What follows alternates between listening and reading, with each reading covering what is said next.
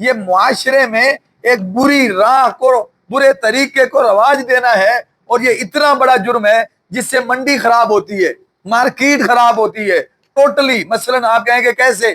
مثال کے طور پر جو آدمی کنڈا غلط کر کے، پمیش غلط کر کے، وزن غلط کر کے جو آدمی کام کر رہا ہے، آپ کو پتا ہے وہ اور کیا کچھ نقصان کرے گا؟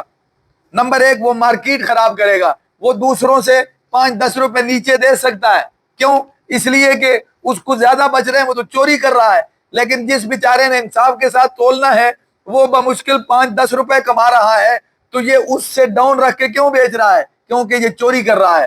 اس کے پاس اتنی سپیس ہے کہ یہ ریٹ ڈاؤن کر کے بھی بیچ سکتا ہے. اس لیے نہیں کہ نفع کم لے رہا ہے، بلکہ اس لیے کہ مارکیٹ خراب کر رہا ہے. اور کیوں خراب کر رہا ہے؟ اس کے پاس چوری کا راستہ موجود ہے، سپیس موجود ہے. اب آپ اندازہ کریں کہ وہ بے ایمانی کے طریقے سے نفع بھی کما رہا ہے اور مارکیٹ بھی کیا کر رہا ہے؟ خراب کر رہا ہے، گاہک بھی خراب کر رہا ہے. تو پھر پوری مارکیٹ اسی طرح چلتی ہے. اب ایک اور خرابی نوٹ کریں، آپ غور کریں قرآن کیا دعوت دے رہا ہے. اب دوسری خرابی یہ کہ وہ جو بیچارہ ایماندار آدمی، وہ بھی اب بے ایمانی کرے گا تو اس کے ساتھ برابر کا پہنچے گا، ورنہ اپنی جگہ پہ قائم رہے گا تو لوگ تو خود لالچ میں مرتے ہیں، ادھر ہی جائیں گے جدھر کو نفع ملتا ہے، اور دوسری طرف کوئی نہیں جائے گا. تو نتیجہ یہ نکلے گا کہ ایک تو مارکیٹ خراب ہوگی، دوسرا اس دوسرے انصاف پسند کو بھی دعوت مل رہی ہے کہ یہ مارکیٹ رہنا ہی تے انج کر، یہ کمانا ہی تے انج کر. یہ انسان ہے نا، پھسل جاتا ہے، انسان ہے، لالچ میں آ جاتا ہے، اور یہ مقابلہ کرنے کے لیے ظاہر ہے یہ بھی سارے راستے اختیار کرتا ہے. تو اس کا سبب کون بنا؟ یہی بنا. جب اس کے گاہ ختم ہو گئے، اس کے اخراجات پر زد پڑے گی، تو وہ بھی 2 نمبر طریقے پر آ جائے گا، اور اس کی دعوت کا سبب یہ آدمی بنا ہے. تو یہ کہنے کو ایک لینا دینا 2 آدمیوں کے درمیان ہے، لیکن حقیقت میں یہ پورے معاشرے کو خراب کرنے والی بات ہے، اور کئی لوگوں کا حق مارنے والی بات ہے، بلکہ برائی کو پھیلانے والی بات ہے. اس لیے اللہ نے یہاں قرآن میں یہی بات فرمائی ہے کہ ماپ بھی پورا ہونا چاہیے، اور پیمائش وزن بھی کیا ہونا چاہیے؟ پورا ہونا چاہیے. اور آپ حیران ہوں گے کہ پوری تاریخ انسانی میں 2 قومیں ایسی ہیں کہ جن کی اللہ نے ہلاکت کی نسبت ان کے اعمال کی طرف بھی کی ہے. باقی جتنی قومیں ہلاک ہوئی ہیں عقائد کے بگاڑ پر ہلاک ہوئی ہیں. عقیدے غلط، کافر تھے، انبیاء کا مذاق اڑاتے تھے، سمجھ آ رہی بات جی؟ معجزوں کا مذاق اڑاتے تھے، توہین کرتے تھے، یعنی عقائد میں خرابی، آخرت کے انکاری ہو گئے، کتاب کے انکاری ہو گئے. لیکن 2 قومیں ایسی ہیں کہ ان کے کفر کے ساتھ ساتھ اور ان کے باقی جرائم کے ساتھ ساتھ باقاعدہ قرآن نے ان کی ہلاکت کو ان کے 2 عملوں کی طرف یعنی بدعملیوں کی طرف بھی منسوخ کیا ہے. جن میں ایک لوط علیہ السلام کی قوم ہے جو جنس پرستی میں مبتلا تھی. ان میں یہ جرم تو تھا ہی کہ وہ کافر ہیں، وہ لوط علیہ السلام کی دعوت کو نہیں مان رہے، مگر ان میں یہ جرم بھی ہے کہ وہ جنس پرستی کرتے ہیں. اور دوسری قوم شعیب علیہ السلام کی ہے جو ناپ تول میں کیا کرتی ہے؟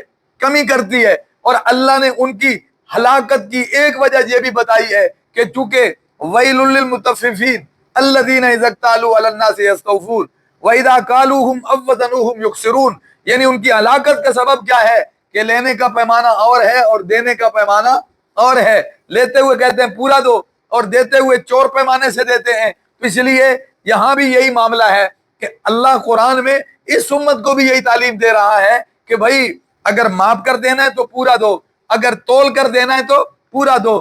ماپ میں بھی بے شمار چوریاں ہو سکتی ہیں، تول میں بھی بے شمار ڈنڈی مارنے کے راستے موجود ہیں، لیکن یہ ذمہ داری کیا ہے؟ بیچنے والے پر ہے، بائے پر ہے. اس کی ذمہ داری ہے کہ وہ اسے کیا کرے؟ پورا کر کے دے. دیکھو نا، دکاندار ہے، ذمہ داری اس کی ہے. بظاہر تو لین دین والے 2 آدمی ہیں، لیکن یہ بیچنے والے کی ذمہ داری ہے کہ جب دو تو پورا دو.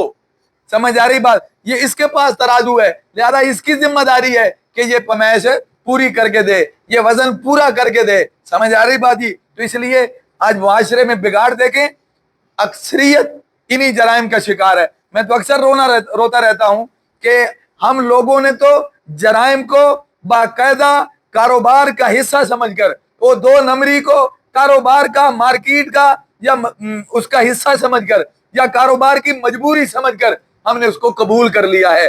مثال کے طور پر ایک مسلمان ہو کر آج پوچھتا ہے یہ چور شہد ہے کہ پورا شہد ہے؟ یہ بھی کوئی یہ چیز زیب دیتی ہے کہ چور شہد بھی ہونا چاہیے؟ بھائی آپ 10 شہد بنا دیں، پتا ہو کہ یہ اس کی ہائٹ 2 فٹ ہے، اس کی 3 فٹ ہے، اس کی 4 فٹ ہے، کوئی حرج کی بات نہیں. لیکن آپ جب کہتے ہیں چور شہد تو اس کا آسان مطلب میں سمجھاتا ہوں کیا ہے. اس کا آسان مطلب یہ ہے کہ آپ ایک ٹینکی لینا چاہتے ہیں جو 800 لیٹر کی ہے، تو وہ یہ کہنا چاہتا ہے کہ اس میں 800 لیٹر کی لینی ہے، جی یہ لے لیں، اس میں چور شہد ہے. تو کیا مطلب ہوگا کہ وہ کہیں گے 800 ہی، ہم اس کو بولیں گے 800 ہی، اس پہ لکھا ہوا بھی کیا ہونا چاہیے؟ 800 ہی، لیکن ہونی چور شہد چاہیے تاکہ اس میں وزن بھی کم ہو اور اس کی پیمائش بھی کیا ہو؟ کم ہو، اور وہ بچت جائے گی ہماری جیب میں. گاہک کو یہی کہا جائے گا کہ یہ 800 ہے. تو ہر چیز میں انڈر سیز، ہر چیز میں چور سیز. تو چور سیز کا مطلب ایک دکاندار کا اور مڈل مین کا کمپرومائز ہے آپس میں، کہ وہ چیز دو کہ جو شو پوری کی جائے اور ہو پوری نہیں. تو وہ درمیان کے جو بچت کے پیسے ہیں وہ ہماری جیب میں جانی چاہیے. تو ورنہ تو مختلف چیزوں کے مختلف سیز بنانا کوئی جرم نہیں ہے. جرم تب ہے کہ آپ چیز کو شو اور کرتے ہیں اور وہ ہوتی کیا ہے؟ اور ہے. یہ ہے اصل میں جرم. اس لیے اب معاشرے میں بہت ساری برائیاں ہم نے قبول کر لی ہوئی ہیں. سمجھ آ رہی بات جی؟ اگر آپ جائیں اس پہ زمین پہ چلے جائیں تو آپ کو اندازہ ہوگا کہ کنال کتنی کی ہے. پہلے کنال 20 مرلے کی ہوتی تھی، اب کتنی ہے؟ اب تو 18 کو بھی عرصہ ہو گیا، میں نے سنا اب 16 پہ بات آ گئی ہے، اب 16 کی بات چلتی ہے. ہاں جی. اور ہاتھا جو ہے وہ کتنا ہوتا تھا؟ 5 مرلے کا، اب کتنا ہے؟ 4.5 مرلے کا. اب 4.5 سے نیچے کی باتیں ہو رہی ہیں. یعنی پیمائش پوری نہیں ہے، وہ پوری کہتے ہیں جی، اسے پوری کہتے ہیں. یہ کہتے ہیں کیا ہوتا ہے؟ یعنی ہم جرم کو کیا کر چکے ہیں؟ قبول کر چکے ہیں، اس سے پورا ہی کہتے ہیں. تو چیز 1000 گرام کی کلو ہوتا ہے، ہم 900 گرام کی بیچ کے بھی کلو کہہ رہے ہیں. سمجھ آ رہی بات جی؟ تو یہ معاشرے میں اس قدر برائی، بے شک اللہ کے نبی دعا کر گئے ہیں، ہمیں اس کا یہ فائدہ ہے کہ اللہ نے پردہ ڈال رکھا ہے، ورنہ ہم نے کمی تو کوئی نہیں چھوڑی جرائم کرنے میں، نافرمانی کرنے میں. اللہ کے نبی نے یہ دعا نہیں کی تھی کہ میری امت کو کوئی سزا نہ ہو، ان کے جرائم پر کوئی ان کو تنبیہ نہ ہو. ہاں، آپ نے یہ دعا فرمائی تھی کہ جیسے پہلی امتوں کا ایک اینڈ ہوتا تھا کہ جب جرائم حد سے بڑھتے تھے پھر پورا سسٹم ختم کر دیا جاتا تھا، میری امت کے ساتھ ایسا نہ ہو. تو پھر انفرادی تو ہو سکتا ہے، ایک علاقے میں پھینٹی پڑ جاتی ہے، باقی بچ جاتے ہیں، پھر باقیوں کی باری آ جاتی ہے، وہ بچ جاتے ہیں. تو پھر اکیلے ہو کے تو سزا مل سکتی ہے نا، طبقہ ہو کے تو سزا مل سکتی ہے، اور مل بھی رہی ہے. سمجھ آ رہی بات جی؟ جو بچ گئے وہ بھی پارسا نہیں ہے، جو رگڑے گئے وہ بھی پارسا نہیں ہے، سب جرائم پیشہ ہیں. سمجھ آ رہی بات؟ سب میں کمزوریاں، اور ملی بھگت سے اور بالکل تسلیم و رضا سے، مفاہمت سے، اتفاق سے جرائم ہو رہے ہیں. کہیں جرم کرنے میں شریک ہیں، کہیں جرم کو برداشت کرنے میں کیا ہے؟ شریک ہیں. سمجھ آ رہی بات جی؟ تو اس لیے یہ اللہ سے یہی درخواست ہے کہ اللہ درگزر کرتا رہے، ورنہ ہم نے کوئی کمی نہیں چھوڑی. تو یہ جو قرآن پاک کہہ رہا ہے کہ ایک قوم ناپ تول کی کمی کی وجہ سے کیا ہے؟ وہ اللہ کے عذاب کا شکار ہو گئی. تو پھر ہم کیا کر رہے ہیں؟ ہم بھی تو سارے یہی کچھ کر رہے ہیں. تو اللہ کا قرآن یہ ہمیں کہہ رہا ہے کہ بھائی کم از کم اپنا لین دین تو پورا کرو، اپنے معاملات تو درست کرو. سمجھ آ رہی بات جی؟ اور اس میں چاہے اس کا تعلق ماپ سے ہو، چاہے اس کا تعلق کیا ہے؟ پیمائش سے ہو. سمجھ آ رہی بات جی؟ اور اللہ کا قرآن یہ بھی ہمیں کہہ رہا ہے کہ یہ جو ہے نا، یہ ناپ تول میں پورا کرنا یہ تمہارے حق میں بہتر ہے. بے شک تھوڑا ہو، نفع تھوڑا ہوگا لیکن برکت والا ہوگا، تھوڑا ہوگا فائدے والا ہوگا، نقصان نہیں ہے. زیادہ جمع کر کے ایک دفعہ وہ جناب والا آگ اور تباہی کی نظر ہو جائے تو اس کا کیا فائدہ؟ تھوڑا ہوگا، استعمال کرتے رہو گے، زندگی گزرتی رہے گی، اور کیا چاہیے. اور وہ احسن تاویلا، اور انجام کے اعتبار سے بھی بہتر ہے. یعنی ثواب بھی ملے گا، آخرت میں بھی پاس ہوں گے، اور نیک نامی بھی ہوگی، نیک نامی بھی ہوگی. انجام کے اعتبار سے بہتر ہونے کا یہ مطلب بھی ہے لوگوں کا آپ پر اعتماد بڑھے گا. اور یقیناً اللہ سے یہی توقع رکھنی چاہیے کہ اس میں آپ کی آمدنی میں اضافہ ہوگا، وہ نہ ہو تو برکت ضرور ہوگی. تو لوگ کم از کم آپ کو برا نہیں کہیں گے، تو انجام کے اعتبار سے بھی وہ کیا ہے؟ بہتر ہے. تو اللہ سے دعا ہے اللہ ہم سب کو اپنے معاملات بھی کیا ہے؟ درست رکھنے کی توفیق نصیب فرمائے. صدق اللہ العظیم.